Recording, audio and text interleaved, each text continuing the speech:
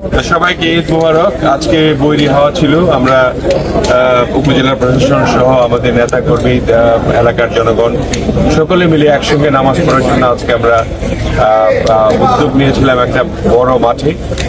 বৈরী আবহাওয়ার জন্য আমরা সেটা করতে পারলাম না। আমরা মসজিদে মসজিদে নামাজ পড়ছি এবং এটা দেওয়ানগঞ্জ বাজারের সবচেয়ে বড় মসজিদ। এখানে আজকে ঈদ উল ফিতরের নামাজ অনুষ্ঠিত হলো। সেই এখানে আমরা শুভেচ্ছা বিনিময় করলাম।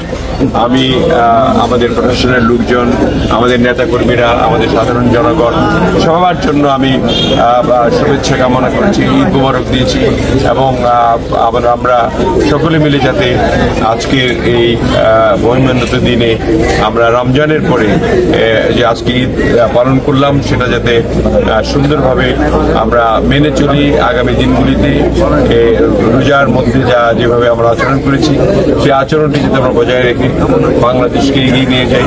জনাব তারেক রহমানের শুভেচ্ছা, ঈদ শুভেচ্ছা আমি পৌঁছে দিয়েছি সবার কাছে এবং সরকারের তরফ থেকে যে সমস্ত পদক্ষেপগুলি গ্রহণ করা হয়েছে সকলের সহযোগিতা কামনা করেছি।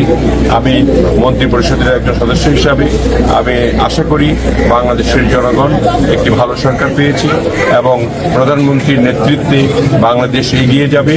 আমরা এই দোয়া আজকে ঈদের অনুষ্ঠানও করেছি এবং আমাদের ইমাম সাহেব এই দোয়াটিও করেছেন।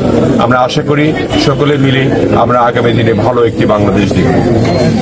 সকলকে ধন্যবাদ।